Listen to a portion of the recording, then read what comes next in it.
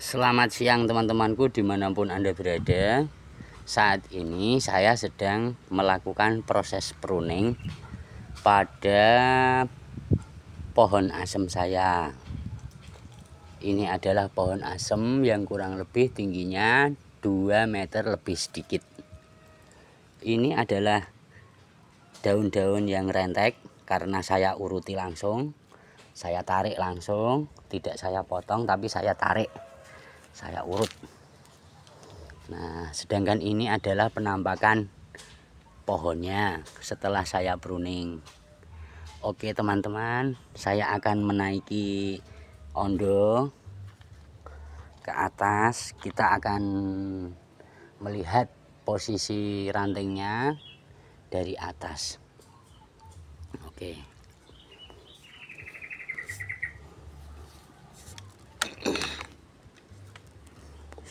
Saya menggunakan tangga dari kayu pring, kemudian saya kasih antolan dari depan sehingga lebih kuat jika saya pijak. Paling saya naik ke atas sekitar 3 anak tangga. Iya, oke. Ini saya naik ke atas. Satu lagi ya, oke.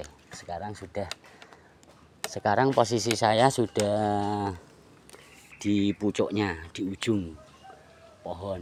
Nah, ini adalah penampakan dari atas ranting-rantingnya setelah saya pruning. Nah, saya sudah melakukan pruning. Ini adalah dari atas. Jadi saya membiarkan pohon ini berkembang secara alami.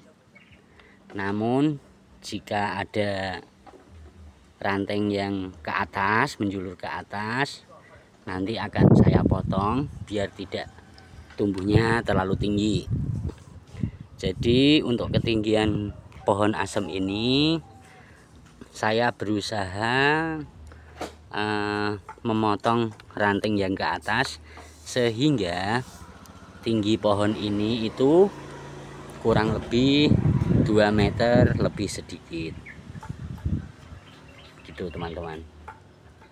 Nah, kebetulan ini saya posisinya dari atas. Ini lumayan blokar-blakeran untuk cabangnya, kelihatan dari atas. Kok video iki lho, bonsai asem. Itu adalah teman saya, Kukuk, sedang menanam, membuat lanjaran lombok dengan arga. Oke, Kuk, tak lanjut nih ini review pempruningan. Oke teman-teman, saya akan berbagi sedikit pengalaman. Mungkin nanti kalau ada teman-teman yang tahu tentang seluk-beluk pohon asem bisa memberi masukan di kolom komentar. Setelah saya amati sekian lama, yang saya lakukan pempruningan ini itu membantu merontokkan daun pada pohon asem. Sebenarnya pohon asem yang berada di alam itu mempunyai ketahanan yang luar biasa.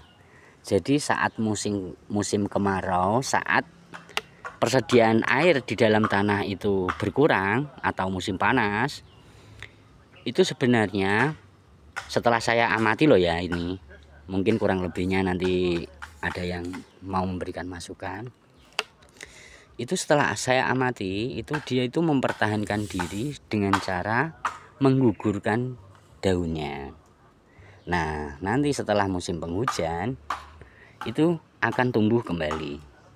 Nah, untuk perlakuan bonsai atau pohon asem saya ini, itu saya melakukan pruning itu seakan-akan proses gugurnya daun itu saya membantu dengan saya urut seperti ini, saya urut gitu. Jadi akan rontok. Nah, setelah saya urut itu ranting-rantingnya itu sangat banyak, kelihatan sekali menjulur ke sana kemari. Nah, itu nanti akan tumbuh daun lagi. Nah, saat mengurut itu bagian pucuk ranting ini akan putus dengan sendirinya. Jadi nanti saat tumbuh itu dia akan ke samping. Dia itu menumbuhkan ranting baru ke samping. Jadi itu nanti akan semakin lebat lagi. Nah, oke, saya turun lagi. Ini bagian tengahnya. Nah, ini adalah bagian tengahnya dari pohon asem saya ini. Nah, ini setelah saya lihatkan ke atas, saya arahkan ke atas untuk kameranya. Jadi kelihatan sangat ruwet sekali ini. Ya, mungkin nanti kalau ada teman-teman yang berpengalaman dengan pohon asem, mungkin bisa memberikan masukan di kolom komentar. Oke, saya akan turun lagi. Nah, ini adalah anak tangga yang pertama. Nah, saya akan turun lagi. Ya, oke. Nah, oke teman-teman. Secara periodik biasanya saya melakukan